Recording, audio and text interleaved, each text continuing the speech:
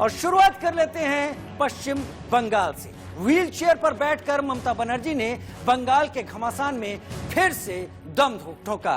नंदीग्राम में ममता बनर्जी को चोट लगी थी और नंदीग्राम दिवस के मौके पर वो लंबी पदयात्रा में शामिल हुई।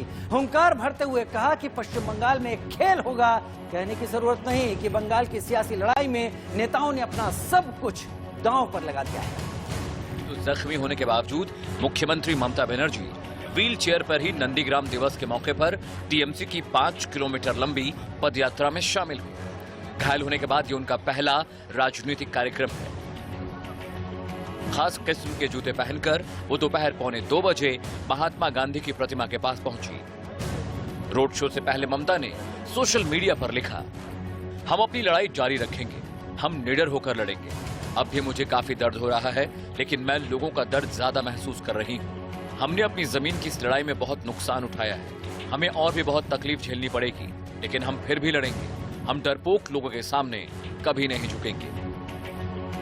অনেক প্রত্যাঘাতের মধ্যে দিয়ে অনেক লড়াইয়ের মধ্যে দিয়ে আমি পেরিয়ে এসেছি, কিন্তু আই নেভার বাউ ডাউন মাই হেড।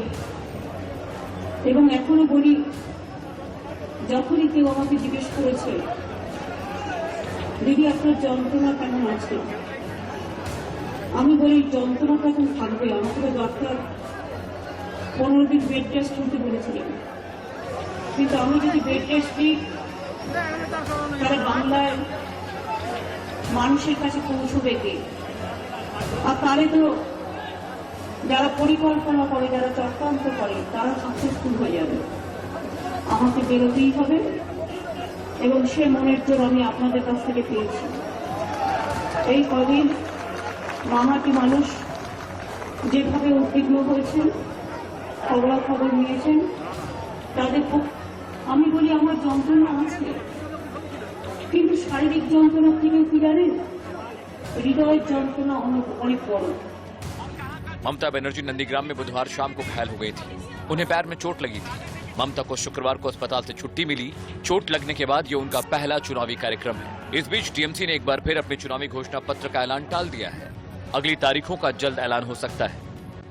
কমন পাবলিককে তাদের গণতন্ত্র ফিরিয়ে দেওয়ার দায়িত্ব আমাদের অনেক বেশি। আপনারা ভালো থাকুন, আপনারা সংযত থাকুন, আমাকে ভরসা রাখুন।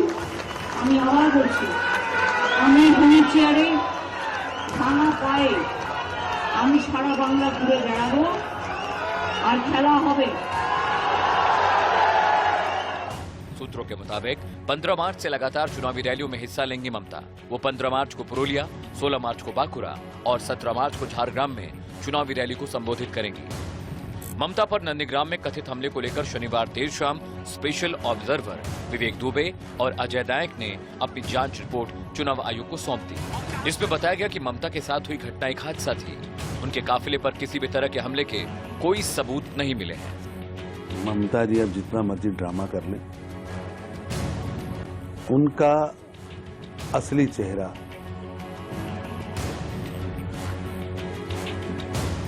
ड्रामेबाज का चेहरा, उच्च कोटि के ड्रामेबाज का चेहरा सामने आ चुका है।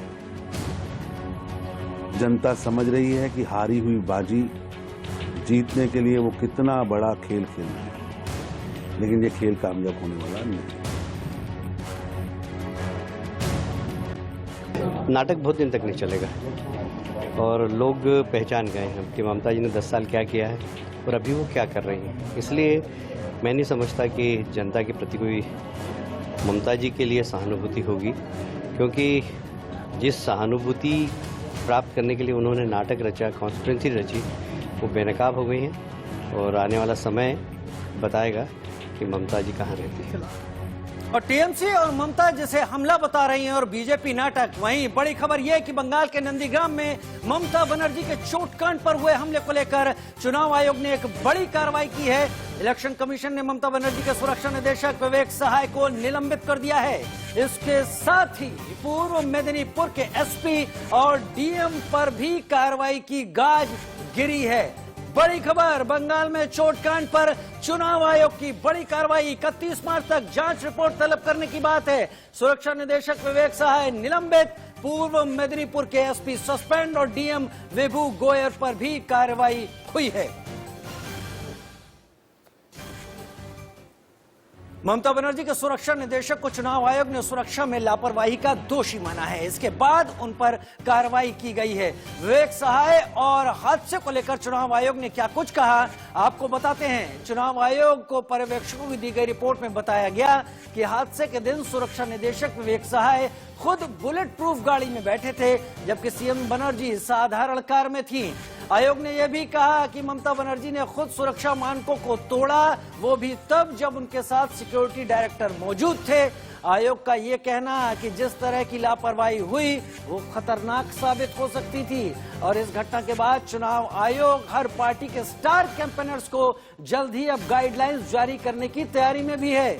आयोग स्टार प्रचारकों को सुरक्षा व्यवस्था और प्रोटोकॉल फॉलो करने के निर्देश जारी करेगा और अगर इस कवायद के बाद किसी रैली या रोड शो में हादसा होता है तो डीएम और एसपी को तुरंत हटाने के निर्देश जारी किए जा सकते हैं। तो एक तरीके से नंदीग्राम में हुई उस घटना के बाद इलेक्शन कमीशन पूरी हरकत में है। इलेक्शन कमीशन ने रिपोर्ट तलब की और तमाम गाइडलाइंस बनाने की तैयारी में। और ममता बनर्जी ने व्हील चेयर पर बैठकर हुंकार भरी तो खड़गपुर में अमित शाह ने रोड शो के जरिए अपनी ताकत दिखाई। इसमें हजारों की तादाद में समर्थक शामिल हुए। अमित शाह और बीजेपी नेता एक खुली बस पर सवार होकर निकले। खड़गपुर बीजेपी का मजबूत किला माना जाता है और यहाँ जबरदस्त रोड शो करके अमित शाह ने ममता बनर्जी को मैसेज दे दिया। शाम को शुरू हुए इस रोड शो में बड़ी तादाद में समर्थक जुटे। ये तस्वीरें इस बात की गवाह हैं कि कम से कम खड़गपुर के इस रोड शो में हर कहीं बीजेपी समर्थक, बीजेपी के झंडे, कार्यकर्ता बड़ी तादाद में गृहमंत्री के इस रोड शो में मौजूद थे।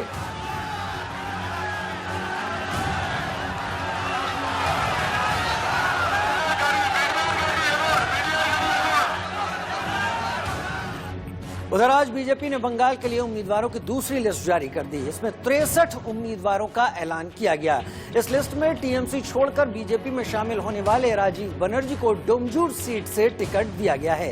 इसके साथ ही अलीपुरद्वार से पूर्व मुख्य आर्थिक सलाहकार अशोक लहरी, चंडीताला से अभिनेता यशदास गुप्ता, बेहाला ईस्ट से पायल सरकार, कस्बा से डॉक्टर इंद्रनील खान, हावड़ा श्यामपुर से अभिनेत्री तनुश्री चक्रवर्ती, चुचुड़ा से लॉकेट चटर्जी, सोनारपुर साउथ से अंजना बासु और हावड़ा दक्षिण से रंती देव सेन गुप्ता को टिकट दिया गया है।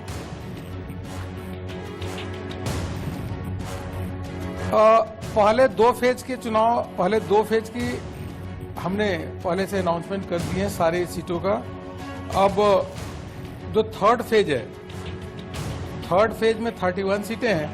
आज हम 27 सीटों को 27 सीट को प्रत्याशियों के लिए घोषणा यहाँ से कर रहे हैं, जिसका केंद्रीय चुनाव समिति में ने उसका अनुमोदन किया है। उसी के साथ साथ चौथा फेज जो है, फोर्थ फेज में 44 सीटें हैं।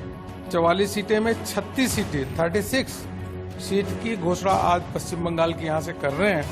और कुल मिलाकर अगर थर्ड और फोर्थ फेज देखें तो हम 63 कैंडिडेट इन दोनों फेज की घोषणा आज हम यहाँ से कर रहे हैं।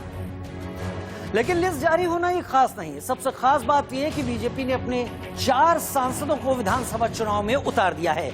इनमें बीजेपी सांसद लॉकेट चटर्जी और केंद्रीय मंत्री बाबुल सुप्रियो का भी नाम है। इसके अलावा लोकसभा सांसद निशित प्रामाणिक और स्वप्न दास गुप्ता को भी टिकट दिया गया है। स्वप्न दास गुप्ता राज्यसभा से सांसद हैं, यानी बीजेपी अभी नहीं तो कभी नहीं की विचारधारा पर बंगाल चुनाव में उतरी है और इसी लिहाज से उसने अपने 4 सांसदों को भी जमीन पे चुनावी अखाड़े में उतार दिया है।